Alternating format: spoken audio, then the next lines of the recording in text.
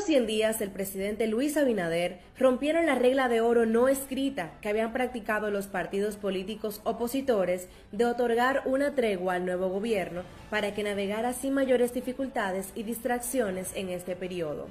En los gobiernos de Joaquín Balaguer, Antonio Guzmán, Salvador Jorge Blanco, Hipólito Mejía, Leonel Fernández y Danilo Medina, se hablaba de una tregua en esos primeros 100 días para dar oportunidad de comenzar a delinear sus ejecutorias. Abinader admitió el pasado miércoles en una entrevista con el grupo de medios Corripio que los partidos de oposición nunca le dieron esa luna de miel durante sus primeros meses de gestión, pero que su gobierno se distingue por mantener un diálogo abierto con todos los sectores para la toma de decisiones, incluyendo los partidos. El expresidente Balaguer, que gobernó 22 años no consecutivos, llegó en 1966 por primera vez a la presidencia en esta etapa democrática tras derrotar a Juan Bosch en las cuestionadas elecciones del 1 de junio. Su administración surgió en un momento convulso, tras finalizar la Revolución Cívico-Militar de 1965 y la invasión norteamericana, cuyas tropas aún se encontraban en suelo patrio al celebrarse los comicios. En su primer periodo, conocido como los 12 años, nunca se habló de tregua política. Debido a la represión y limitadas libertades a que fue sometida la disidencia del régimen, los principales partidos de oposición se abstuvieron de participar en las elecciones de 1970 y 1974. Cuando Balaguer fue derrotado en 1978 y las tratativas, fallo histórico e intento de golpe de Estado luego de los resultados, finalmente acudió al acto de juramentación en la Asamblea Nacional el 16 de agosto, junto al presidente electo Antonio Guzmán, a quien deseó suerte en su gestión. Guzmán, del Partido Revolucionario Dominicano, comenzó a gobernar con grandes expectativas de la población que deseaba un cambio.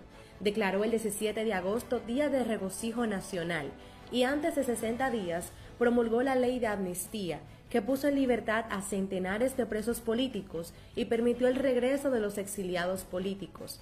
También inició un proceso de despolitización de las Fuerzas Armadas y la Policía Nacional, creando los cimientos para un gobierno democrático.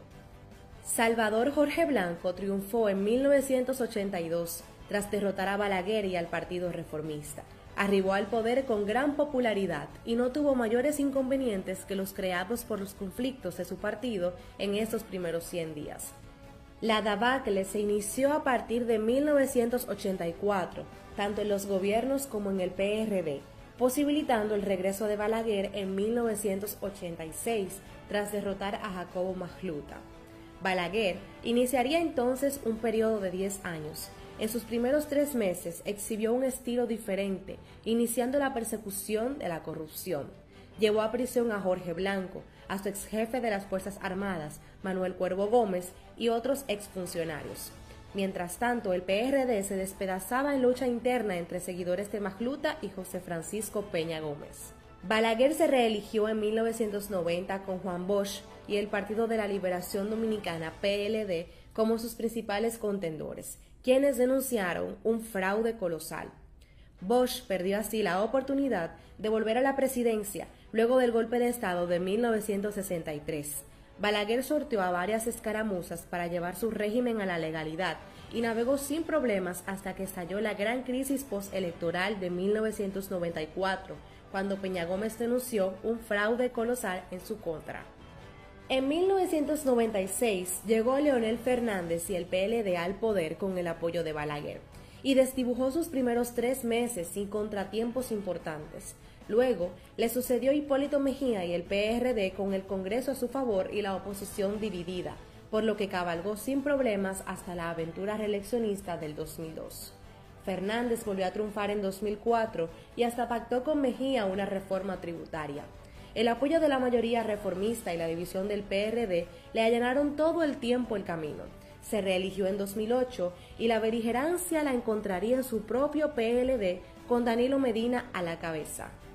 Después vendría el reinado de Medina y el PLD hasta el 2012, con los opositores PRD y PRSC divididos. No necesitó nunca una tregua de 100 días hasta que su proyecto reeleccionista naufragó, previo al proceso electoral de este año.